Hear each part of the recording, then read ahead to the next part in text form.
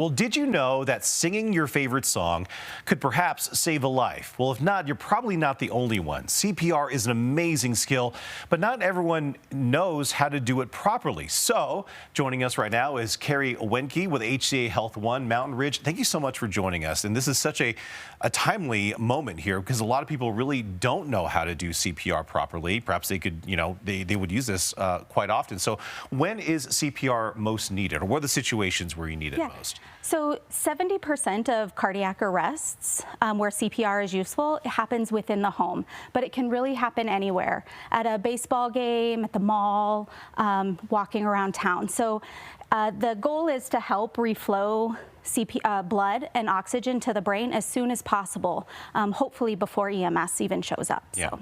Now, dispel some of the myths here, because back in the day, CPR was also involving the mouth. Yes. But today the demonstration is more of just hands-on CPR, correct? Yes. Okay. So full CPR you would have to be certified in. This is a way for you to kind of enact and help even save a loved one without being fully trained in CPR, but be able to help until people who arrive are.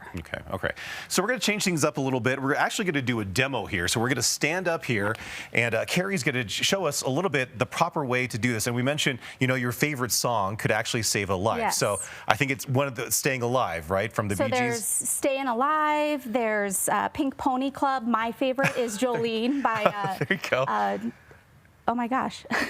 Oh yeah, by Dolly Parton. Dolly Parton. Yeah, and Chaperone. Yeah. So the first thing you want to do if a loved one or somebody you see collapses, the first thing you want to do is call 911. Sure. So it's either telling somebody nearby, go call 911, or if you're alone, call it on your cell phone, put it on speaker, so that you can interact with dispatch. Okay. So then after you've called 911, you're going to get kind of over, either if they're on the floor, you're going to kneel, and you kind of want to position yourself over the top half of their chest. Okay. You're going to put the heel of your palm in the center of their chest. Okay. Your other hand is going to lay over it. And you clasp your hands like that. Yes. Okay. And your arms are straight. Okay. And you're hinging at the waist.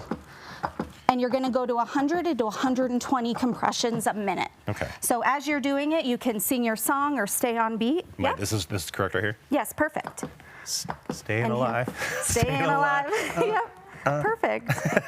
Okay. Yeah, so it feels a little weird at first, and the clicking you're hearing in the mannequin is not an abnormal sound that you might hear while you're actually doing CPR. Yeah. So it's gonna feel uncomfortable, but keep doing it until help arrives. And this is again just to get that blood flow going, right? So how important is that? I mean, it's very important. Yeah. So the early initiation of CPR or hands-only CPR is detrimental. Minutes, seconds count. So the earliest that you can start CPR before help arrives is the matter of life and death.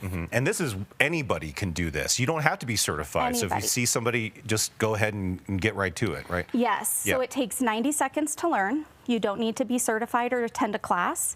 You can go to www.heart.org/hands-only CPR to learn more. If you're in the hands-only CPR, this should only be used for adults and teens. For all stages, so infants and children, I would recommend taking the full course of CPR because your hand placement and rate is going to be different. Right. I remember taking that when my kids were little babies as well. So definitely. This is such an important information. Kerri, thank you so much for joining us. We appreciate it. Showing us how to do this. Anybody can do this. Anybody It's help save lives. It'll help save a life. Absolutely. Thank you so much. And you can watch all of our interviews on our website at cbscolorado.com. We'll be right back.